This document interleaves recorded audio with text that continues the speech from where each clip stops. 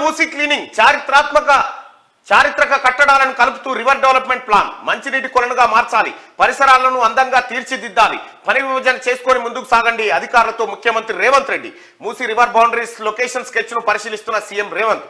మూసీ నది అభివృద్ధి ప్రాజెక్టులో భాగంగా ముందుగా మూసీ క్లీనింగ్ ప్రక్రియను పూర్తి చేయాలని అధికారులను సీఎం రేవంత్ రెడ్డి ఆదేశించారు. హైదరాబాద్ లోని చారిత్రక కట్టడాలను కలుపుతూ ఉండేలా మూసీ అభివృద్ధికి ప్రణాళికలు రూపొందించాలన్నారు. సోమవారం నానక్రామ్గూడలోని హెచ్ఎండి ఆఫీస్ లో ఉన్నతాధికారులతో సీఎం రేవంత్ రెడ్డి సమీక్షించారు. మూసీ నదీ పరివాహక ప్రాంతాల అభివృద్ధిపై చర్చించారు.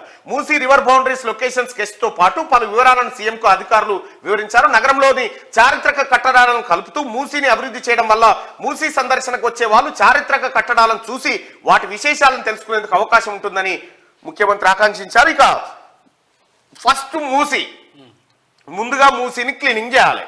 ఇది ముఖ్యమంత్రి ముందున్నటువంటి టాస్క్ ప్రధానంగా హైదరాబాద్ లో కనిపిస్తోంది.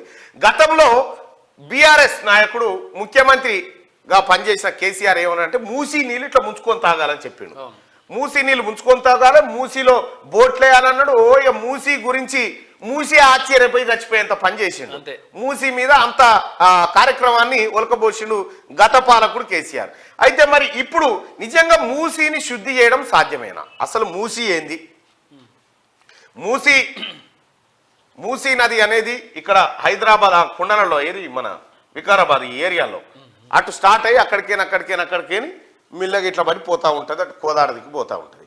వాస్తవానికి మూసీలో ఆ నీళ్ళేవో కానీ హైదరాబాద్ జనం తానం చేస్తేనే మూసీ మారుతున్నట్టుగా కనిపిస్తూ ఉంటుంది. ఎందుకంటే ప్రతి మురికి అందులోకే పోతూ ఉంటుంది, అక్కడ ప్రతి మురికి అట్లే ఉంటుంది. ఇట్లా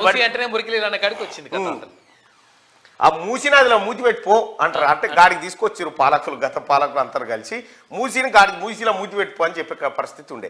అయితే ఇప్పుడున్నటువంటి పరిస్థితుల్లో మూసీని ప్రక్షాళన చేయడం అంత ఈజీ టాస్క్ కాకపోయినప్పటికీ రాష్ట్ర ప్రభుత్వం దాన్ని చేయడం కోసం ప్రయత్నం చేస్తూ ఉంది. అయితే మార్నింగ్ న్యూస్ చూస్తున్నటువంటి మిత్రులారా, ఫస్ట్ ఈ లైక్ బటన్ని క్లిక్ చేయండి, ఎందుకంటే కొంచెం పని ఉంది. ఈ లైక్ బటన్ క్లిక్ చేయండి దయచేసి ఫస్ట్.